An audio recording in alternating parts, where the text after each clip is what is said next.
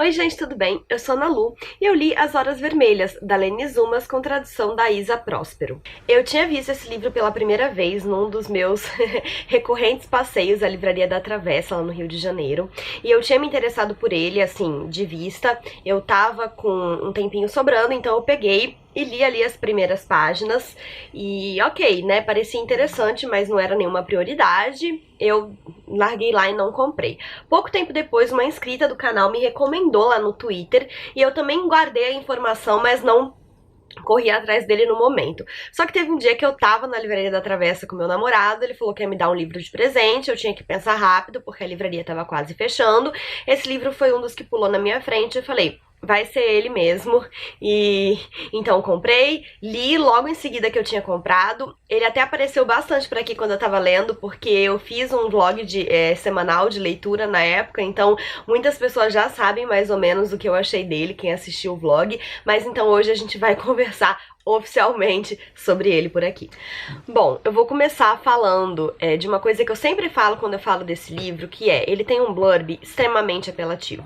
Aqui na capa tá escrito o seguinte: esqueça o conto da Aya. As Horas Vermelhas é a distopia reprodutiva que precisamos ler agora. E eu não gostava dessa blurb desde antes de ler o livro. Depois que eu li, eu gosto ainda menos, porque ele não chega aos pés de O Conto da Aya. E eu não estaria aqui fazendo essa comparação se a própria editora não tivesse escolhido colocar isso na capa, porque eu achei, tipo, muito desnecessário. Eu esqueço O Conto da Aya, enfim. Esse livro, eu vou partir desse blurb pra falar que ele realmente é uma distopia reprodutiva, porque O Conto da Aya a gente tem outras questões envolvidas, né, apesar de que a gente tem o foco na reprodução, porque ele tá sendo narrado pela Aya, né, que é uma personagem que foi colocada nessa casta, nessa categoria, né, nessa função.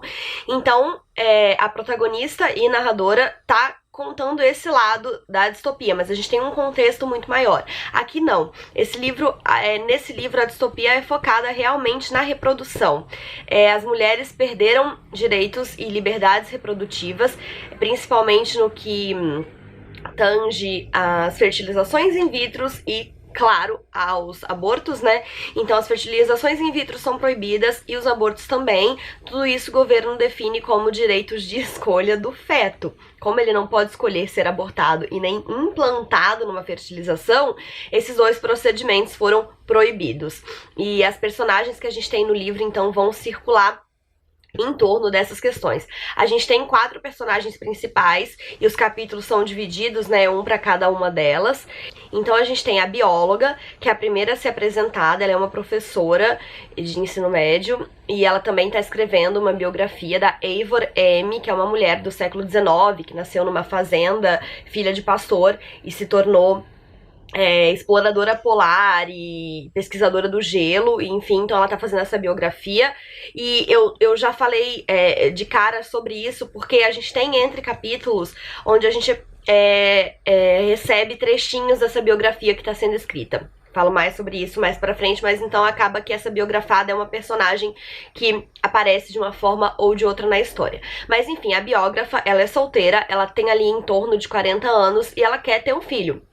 Só que a fertilização in vitro é proibida e ela não está conseguindo conceber através da inseminação artificial, porque ela tem, acho que o endométrio dela é muito fino ou algo do tipo, e enfim, não tá funcionando com a inseminação. Outra personagem que a gente tem é a filha, que é a Mattie, que é uma filha adotiva de 2 pais super legais, enfim, ela tem uma vida ótima e tal, e ela é engravida. E ela é adolescente, ela tem, se eu não me engano, 16 anos, ela é inclusive aluna da biógrafa na escola, e ela quer abortar o bebê, porque ela não quer estar grávida. E o aborto é proibido, assim como a fertilização. Então a Mattie e a biógrafa, que é a Roberta, elas estão de cara com problemas completamente opostos, mas que estão ali no mesmo contexto. Aí a gente tem também a reparadora, que é a mulher, que é a Jean, que é tida como uma bruxa, assim. Ela vive no bosque, numa casinha rústica, cercada de animais, e ela é tipo uma curandeira, assim. Ela faz chás com ervas e que curam as pessoas, né? E ela tem sido principalmente requisitada para aumentar a fertilidade e para enfim, fornecer ervas abortivas, já que, né, o aborto é proibido. E a gente tem aí também a esposa, que pra mim é a personagem menos importante. Eu entendo a presença dela, mas ela não foi muito bem explorada. A esposa é teoricamente, né, ela é a personagem que não tem os problemas enfrentados pelas outras, porque ela é casada, ela tem 2 filhos, mas a vida dela não é boa também. Ela teoricamente tem a vida que todas querem, mas o casamento dela é uma bosta e ela vive estressada com os filhos, mas ela sempre quer deixar claro no final que esses filhos são a razão da vida dela. Então ela se estressa com eles, ela fica puta, ela quer matar, mas ela sempre meio que termina assim o capítulo deixando claro que, mas eu tenho tudo que eu quero, os meus filhos são incríveis e tal. E eu entendo essa personagem como um contraponto de tudo isso, pra mostrar que mesmo quem tem a vida que todo mundo quer também tem os seus problemas, mas enfim. Então a gente tem essas personagens aí nessa trama, a vida delas vai se entrelaçando aos poucos, até porque todas vivem na mesma cidade, no mesmo eixo ali, né? Todas elas vivem próximas umas das outras e se envolvem de diferentes maneiras. E além disso, tanto a Ro quanto a Matt procuram a Jean em determinado momento, e elas se conhecem porque elas são professora e aluna e tal, e acontece um ápice nesse livro que eu só vou contar porque tem aqui na sinopse, que é: a Jean vai ser presa e passar por um julgamento. É tipo uma caça às bruxas moderna, como a própria sinopse diz, porque teoricamente ela forneceu uma erva pra esposa do diretor da escola, que é um homem péssimo, e essa esposa caiu da escada e estão colocando a culpa nessa erva que possivelmente deixou ela tonta, e enfim. Então a Jean vai ser presa e todas as pessoas, né, vão estar envolvidas aí nesse julgamento. E ponto, é isso que eu vou falar sobre a história.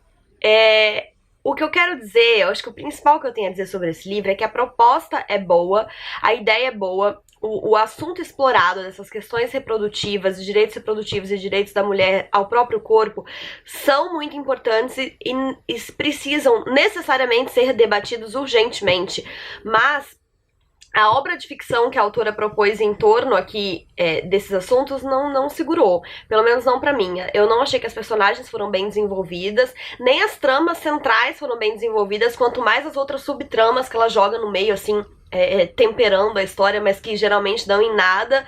Eu não gostei nem do desenvolvimento e nem da resolução das tramas principais.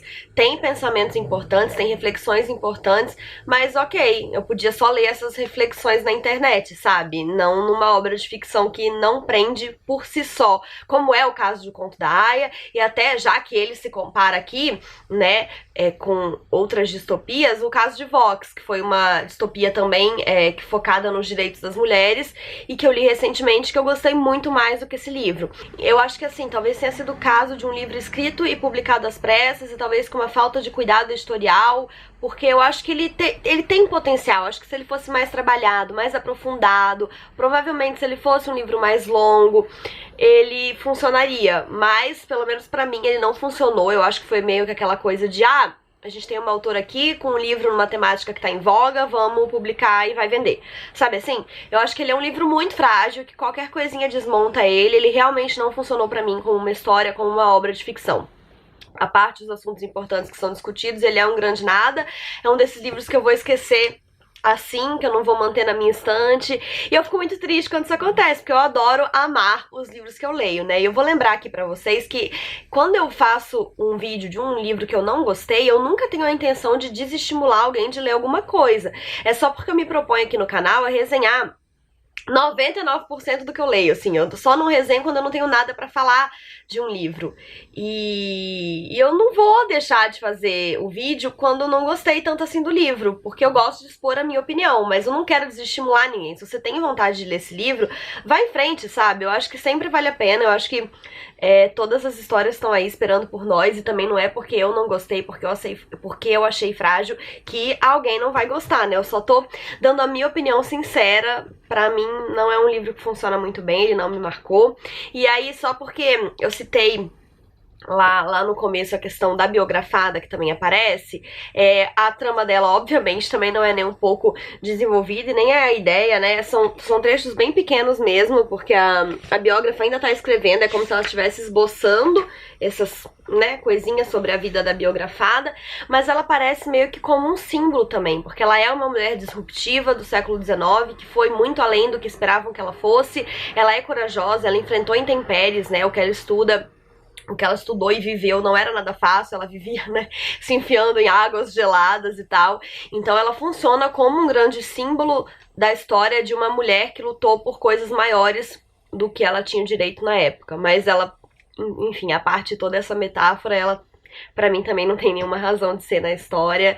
E é isso, gente. Se vocês já leram esse livro e têm a mesma opinião ou opiniões diferentes da minha, comentem aqui embaixo, porque eu acho que o diálogo é a melhor parte. E, enfim, espero que vocês tenham gostado do vídeo. Não esqueçam de se inscrever no canal se ainda não forem inscritos e deixarem um joinha se curtiram, porque isso ajuda muito o canal a crescer. Um beijo e até a próxima. Tchau!